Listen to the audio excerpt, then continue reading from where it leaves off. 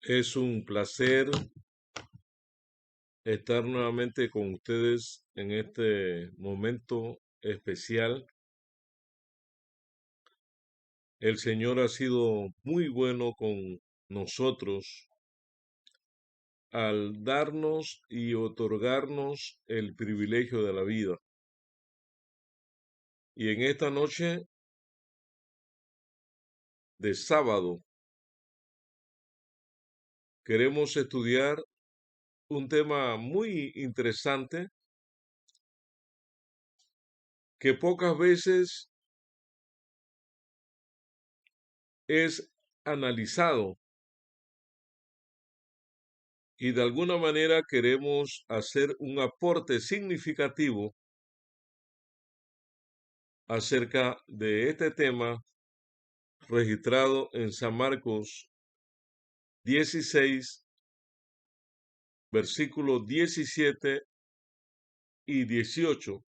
Algunos lo leen hasta el 20.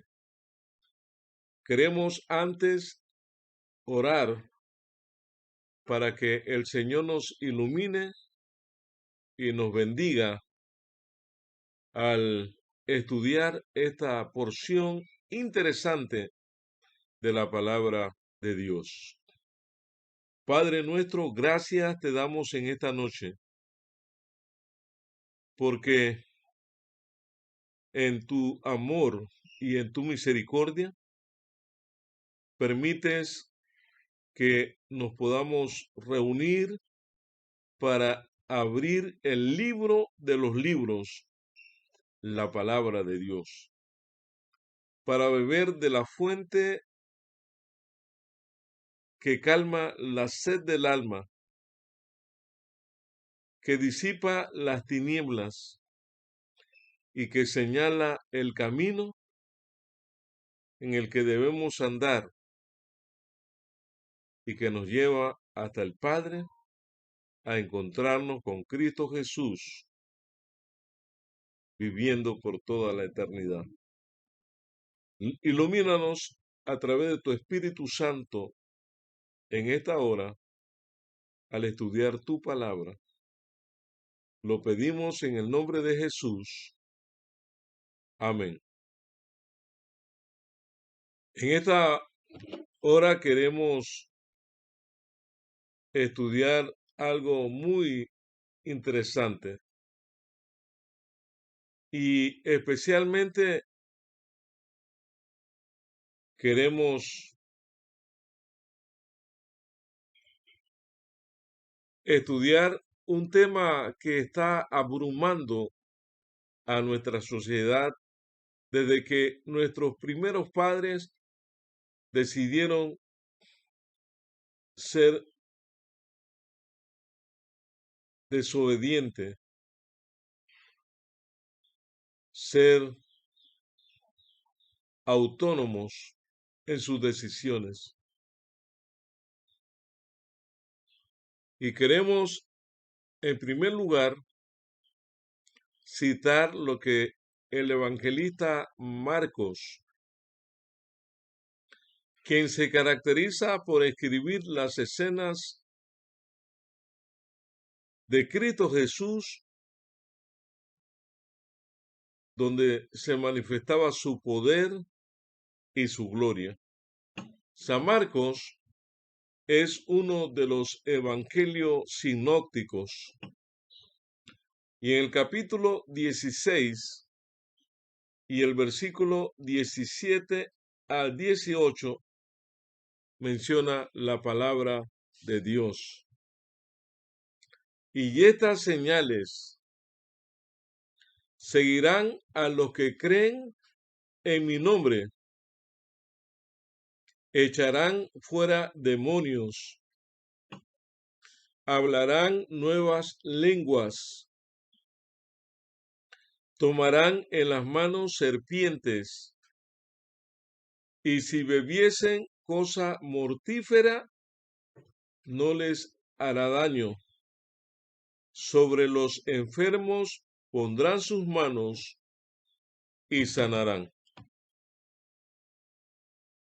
Esto lo dijo el Señor Jesús y lo registró San Marcos como parte de lo que sus seguidores tendrían que realizar, y esto es palabra de Dios. En primera instancia, quiero recordar cuando aquel misionero llegó allí a la China oriental, donde siempre se ha caracterizado por el ateísmo, por no creer en Dios. Y aquel misionero inmediatamente fue a la cárcel por predicar una doctrina extraña.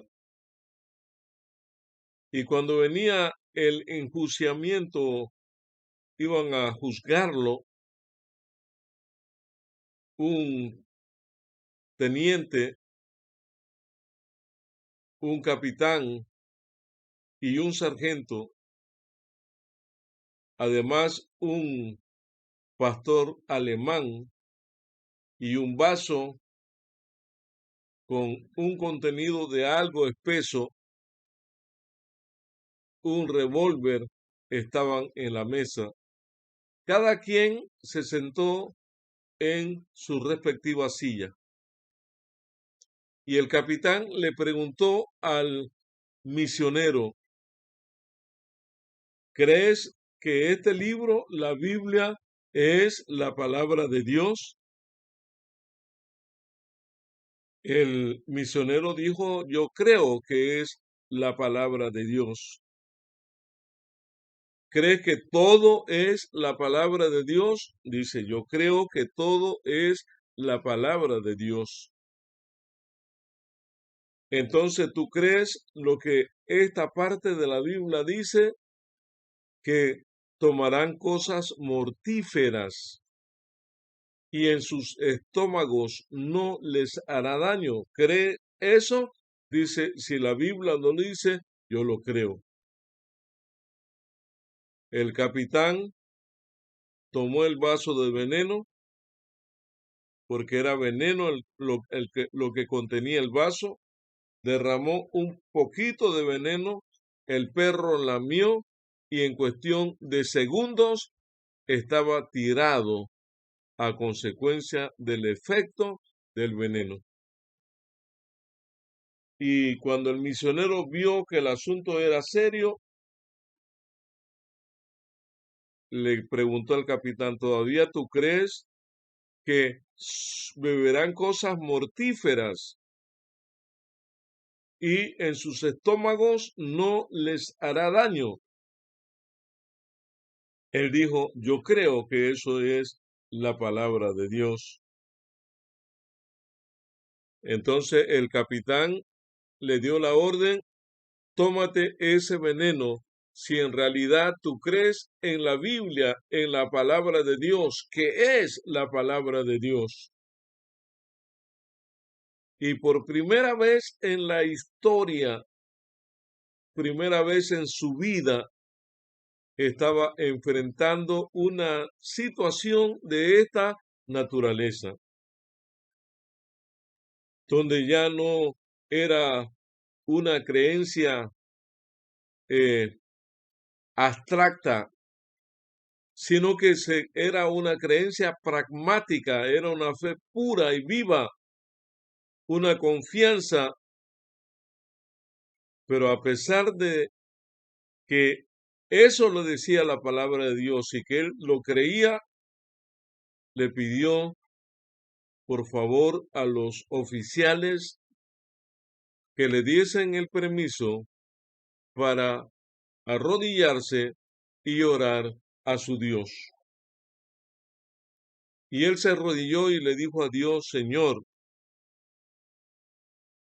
estoy frente a este vaso de veneno. Tu palabra dice que beberán cosas mortíferas y en sus estómagos no les hará daño. Yo creo en este texto que es palabra de Dios. Por lo tanto, te pido que cuides de mi familia, que cuides de mis hijos, que cuides al capitán, que bendigas al teniente y al sargento, que ellos tengan la oportunidad de conocerte, porque yo voy a hacer tu voluntad. Y si tengo que morir, prefiero morir haciendo tu voluntad. En el nombre de Jesús, amén. Se levantó, tomó el vaso de veneno y se lo tomó. Inmediatamente el capitán empezó a contemplar el rostro de aquel cristiano misionero. Pasaron 5 minutos, pasaron 10 minutos, 15, 20, media hora, y el caballero seguía intacto y el capitán, el teniente y el sargento no pudieron hacer otra cosa que tomar la Biblia en su mano y decir: a partir de este momento yo también creo en esta Biblia, en este libro, como la palabra de Dios. Estimados hermanos y hermanas, alrededor de 3.000 a 4.000 promesas están escritas a través de los 40 autores que escribieron la Biblia, a través de los 66 libros para el hombre y la mujer fiel. No importa de qué iglesia tú eres, las promesas del Señor son para el hombre y la mujer fiel. Los que creen en Dios por sobre todas las cosas. Y cuánta necesidad y cuánta falta hace de hombres y mujeres que crean y vivan en una forma pragmática la palabra de Dios y no teórica, abstracta, porque hay muchos que solamente son palabreríos, pero a la hora de la verdad dejan, como algunos dicen, el plumero o los pelos en el alambre. El versículo 17 habla de la autoridad de un cristiano que vive un cristianismo práctico, y estas señales seguirán a los que creen en mi nombre. Echarán fuera demonios, hablarán nuevas lenguas. ¿Y qué es lo que hacen algunos que supuestamente tienen 20, 30, 40 años de seguir a Cristo, de testificar de Cristo? Cuando hay una persona endemoniada, se van porque tienen temor a enfrentar esa situación. Pero la promesa bíblica es que echarán fuera demonios. Y Jesús, empezando su ministerio público,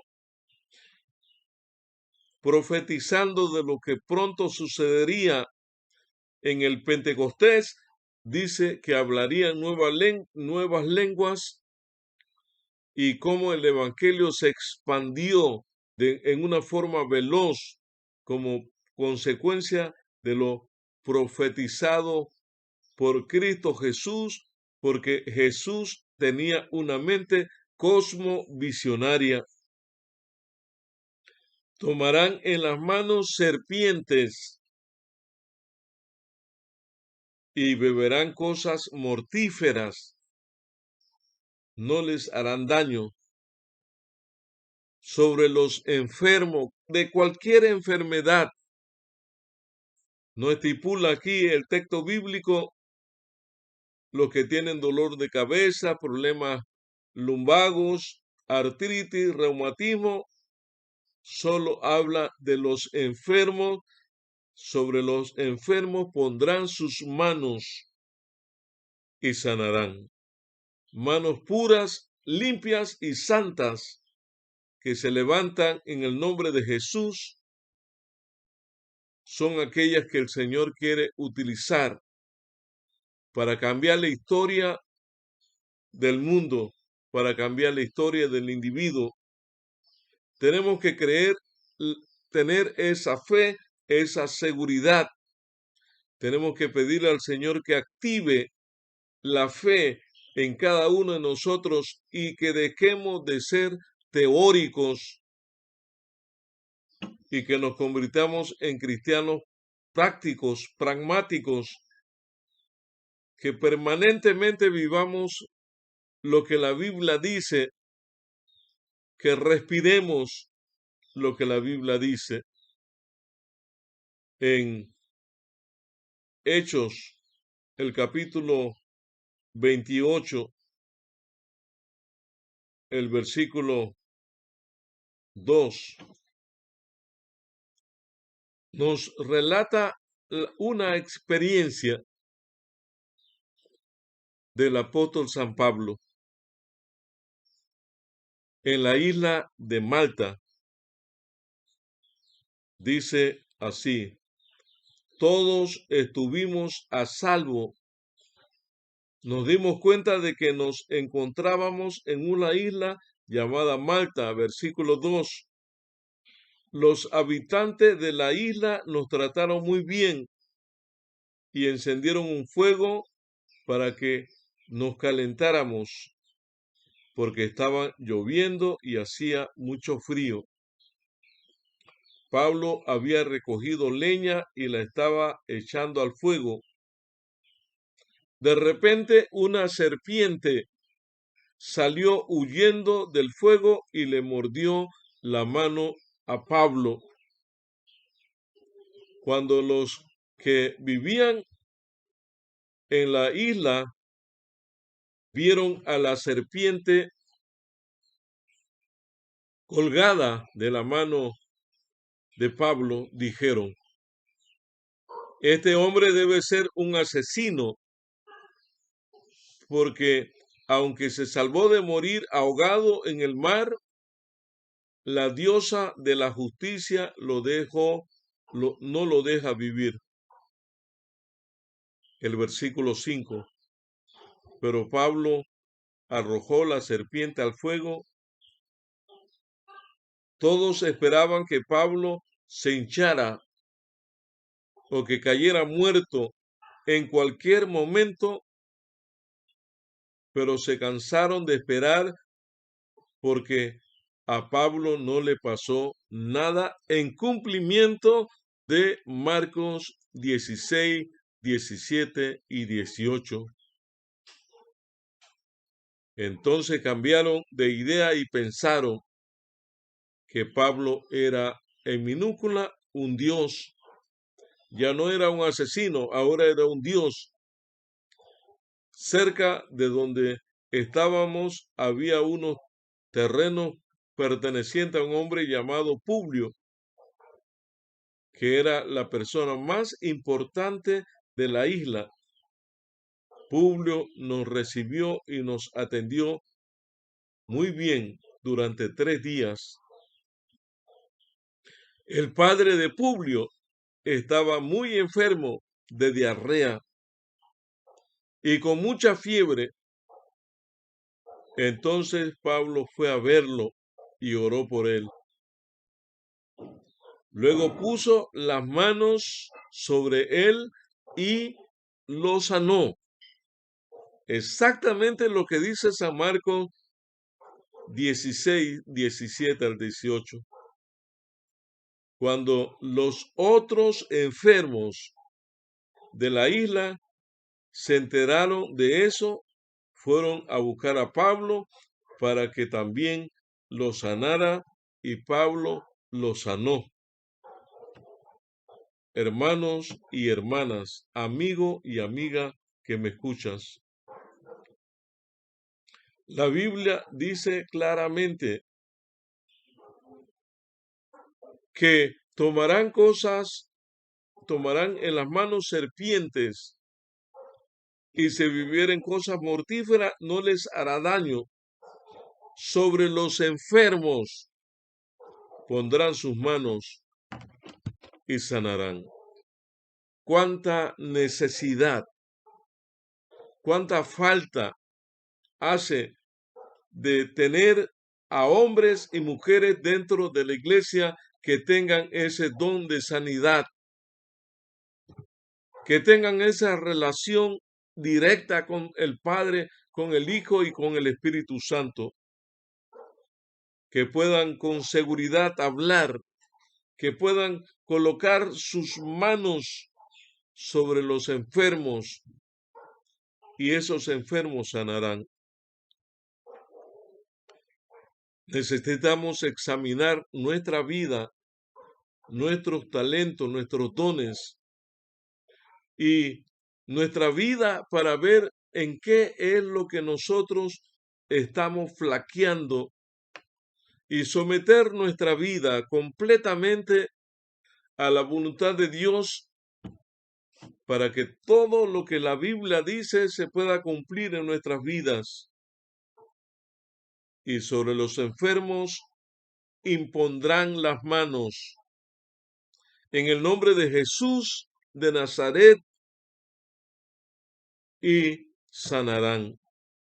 Así lo hizo Pablo, así lo hizo Pedro, así lo hizo Juan, así lo hicieron los apóstoles, siguiendo las instrucciones bíblicas del Señor Jesús. Y hoy, tristemente, tenemos temor orar por personas enfermas porque no creemos que Dios es capaz de solucionar un problema, y lo que hacemos es recomendar una receta médica, una pastilla, recetar hierba, recetar inyecciones, recetar vacuna, porque eso lo puede librar, porque no creemos en el poder de la oración. No creemos que hay poder en la sangre de Cristo Jesús. Necesitamos ir a Jesús. Necesitamos entregarnos a Jesús. Necesitamos ser transformados por Jesús. Necesitamos ser renovados, que se produzca una metamorfosis en nuestras vidas y salir nuevo para la honra y la gloria de su nombre. Amado hermano y amigo, ¿quieres tú venir a Jesús, comprometerte con Él y decirle al Señor: yo quiero ser ese instrumento poderoso en tus manos para honra y gloria de las personas que necesitan de ti?